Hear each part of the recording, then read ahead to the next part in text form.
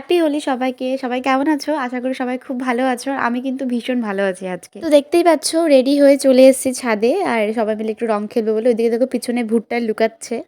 আর আমরা কিন্তু সবার লাস্টে নেমেছিলাম রং খেলতে এই বছর। সত্যি বলতে ভাবছিলাম যে এবছর খেলবো না। কিন্তু তাও হালকা করে খেলে নিলাম। আর এইদিকে দেখো বৌদি ভাই আমাকে রং মাখিয়ে দিচ্ছিল, আমিও রং মাখিয়ে দিচ্ছিলাম। আমরা কিন্তু অনেক মজা করেছি। তো পুরো ভিডিওটা দেখবে অবশ্যই, কেউ স্কিপ করবে না।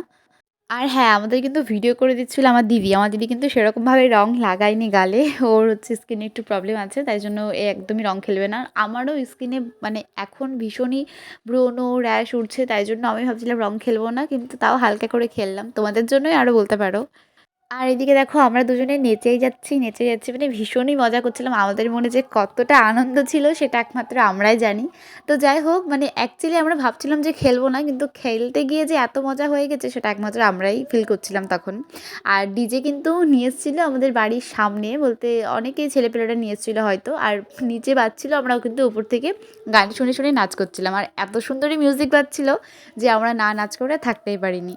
আর রং লাগানো মানেই তো ছবি তোলা, ভিডিও করা। আমার কাছে তো এই মানে এইটাই বেশি স্পেশাল। তো পেছনে দেখো সবাই ভিডিও করছিল, ছবি তুলছিল। বৌদি ভাই আর দিদি দেখো আমাদের মাঝখানে একেবারে সাদামেটে হয়ে গেছে। ও একেবারেই রং লাগায়নি, ও মানে লাগাবেই না, এই বছর শপথ করে নিয়েছে বলতে পারো। আর হ্যাঁ, শুধু কিন্তু আমরা দুজন রং খেলিনি, আরও কিন্তু অনেকে রং খেলেছিল। লিজা রং খেলেছিল, আরও অনেকেই খেলেছিল আমাদের সাথে। কিন্তু ওরা কেউ সেরকমভাবে ভিডিওতে আসবে না, এটা হচ্ছে মেন প্রবলেম। আর তারপরে হচ্ছে ওরা অনেকক্ষণ আগে থেকে মানে আমাদের অনেক আগে ওরা নেমেছিল, তাই জন্য ওরা তাড়াতাড়ি করে স্নানটা সেরে নিয়েছে। আর এই যে দেখো আমাদের বাড়ির সামনে কত লোক, এখন তো তাও কমে গেছে। আগে একদম রাস্তা পুরো একদম দেখা যাচ্ছিল না, এরকম হয়ে গেছিল। আর আমি কিন্তু প্রচুর হ্যাপি আজকে। যখন আমি ভিডিও করছিলাম একমাত্র আমি জানি যে আমি কতটা হ্যাপি ছিলাম। আর আমি কিন্তু ছোট্টবেলা থেকে রং খেলি, মানে প্রত্যেক বছর। আগে তো আমাদের এখানে মানে গোপাল নিয়ে বেরোতো সবাই, মানে এখনও বেরোয়। তো তখন আমি যেতাম সবার সাথে সাথে, আর ভীষণ মজা করতাম। আরও ছোটোবেলা যেরকম হয় ছেঁড়া জামা কাপড় পরে বেরিয়ে যেতাম রং খেলতে, আমি কিন্তু প্রচুর রং খেলেছি। আর তোমাদের আরও একটা কথা বলি, আমি যেরকম না মানে একদম সেম ডিটো বলতে পারো আমার বৌদি ভাই।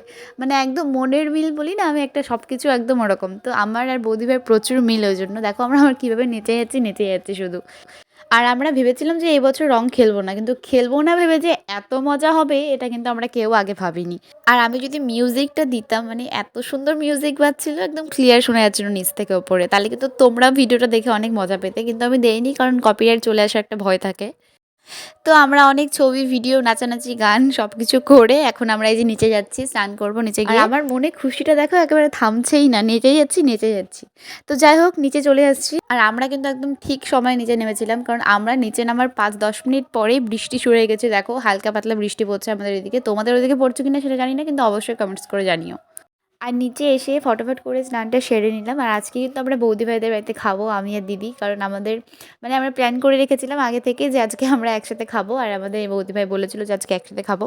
তো এই যে আমি ভাত বাড়ছিলাম সবার জন্য। আর বৌদি ভাই ঠাকুর ঘরে ছিল, তো আমাকে বললো যে তুই ভাতটা বাড়। তো আমি সবার জন্য ভাত বাড়ছিলাম। আর আজকে কিন্তু আমার বান্ধবী রান্না করেছে, এটা সবথেকে স্পেশাল ব্যাপার আমাদের কাছে। আর এদিকে দেখো আমার বান্ধবী কিন্তু আমাকে ভিডিওটা করে দিচ্ছিল। ও ভিডিও করলে জঘন্য ভিডিও করে, আমার মুখটাকে এত বড় করে তোলে। আর এদিকে দেখো ওর মাংসের কালারটা এত সুন্দর আসছে, দেখেই লোভ লেগে যাচ্ছিল। তো এইদিকে দেখো তোমাদের সাথে কথা বলতে বলতে আমার ভাত বাড়া হয়ে গেছে। আর আমার বান্ধবী আমাকে পুরো ভিডিওটা করে দিচ্ছিল আর বাইরে থেকে।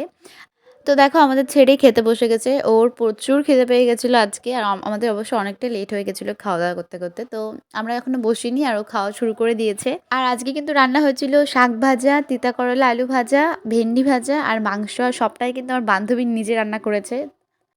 তো সত্যি বলতে ও এত সুন্দর রান্না করতে পারে আমার আগে জানা ছিল না। এত সুন্দর হয়েছে মাংসটা, মানে অসাধারণ। আমার তো খুবই ভালো লেগেছে। তো যাই হোক আমি এই ভিডিওটা বড় করছি না।